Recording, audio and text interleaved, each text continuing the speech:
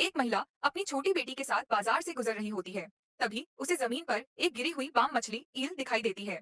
महिला भलाई करते हुए मछली उठाकर दुकानदार को लौटाती है, लेकिन दुकानदार धन्यवाद देने के बजाय चालाकी दिखाता है और जबरदस्ती उससे 50 युआन मांगने लगता है। जब महिला विरोध करती है तो दुकानदार कहता है, क्या मैंने तुमसे इसे उठाने को कहा था? अब चुपचाप पैसे दो।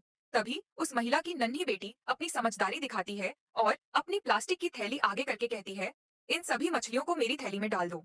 दुकानदार बिना सोचे समझे अपनी बाकी मछलियां भी उसमें डाल देता है, लेकिन वह थैली नीचे से फटी होती है, जिससे सारी मछलियां जमीन पर गिरकर बिखर जाती हैं। दुकानदार घबराकर तुरंत जमीन से मछलियां उठाने लगता है। तभी महिला अपनी मजबूत थैली आगे बढ़ा देती है और दुकानदार सारी मछलियां समेटकर उसमें भर देता है।